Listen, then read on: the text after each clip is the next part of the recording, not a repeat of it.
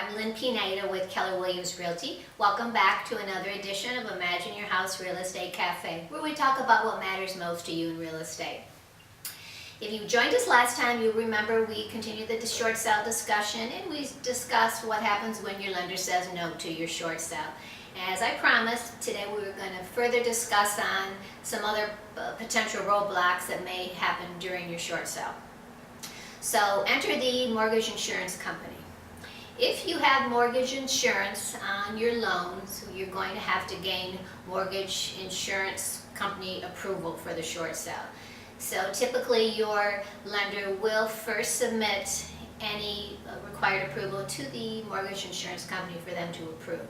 Once your lender has gained the mortgage insurance company's approval for your short sale, they will then go on and review the short sale for approval. Also, you may be situated where you have two lenders, two mortgages, a first and a second.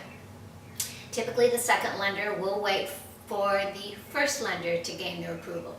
Once the first issues their approval to the second will then review what the first is offering them. Typically, the first lender will offer the second lender an amount from the short sale balance from typically anywhere from $1,000 to $3,000, or on an average from 6% to say 10% of the second's mortgage balance. Once your second would approve that, we are then that much closer to a short sale approval, as long as both parties agree to the amounts that they're going to be paid at closing or payoff balance. However, unfortunately, we know that things always aren't that easy, that everybody agrees to everything. So in the event that we're not in agreement, there may be something that comes into play that's called a promissory note. Promissory notes can come from any of the three parties, a mortgage insurance company, your first or your second lender.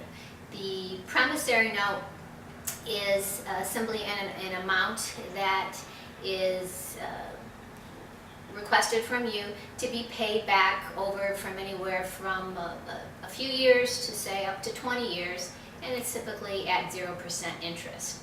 This balance or this amount that you promise to pay back, of course, can be negotiated, and we do work on negotiating that to make sure that we get the balance reduced to the lowest possible amount that we can.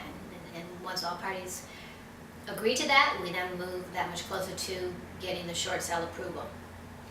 So keep in mind that a promissory note will possibly come into place. It's not always. In fact, I would say probably it's rarer than most.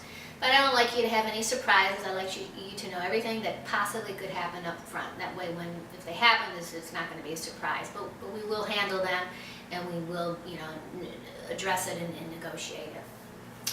So that's it about the potential roadblocks that can occur in the short sale. Next time I thought we'll jump right in and discuss the actual short sale approval, because now we've reached a point where we're able to get short sale approval. So we'll discuss that in the next edition. So please come by again for our next edition of Imagine Your House Real Estate Cafe. Thanks so much for coming by. Be safe and be well.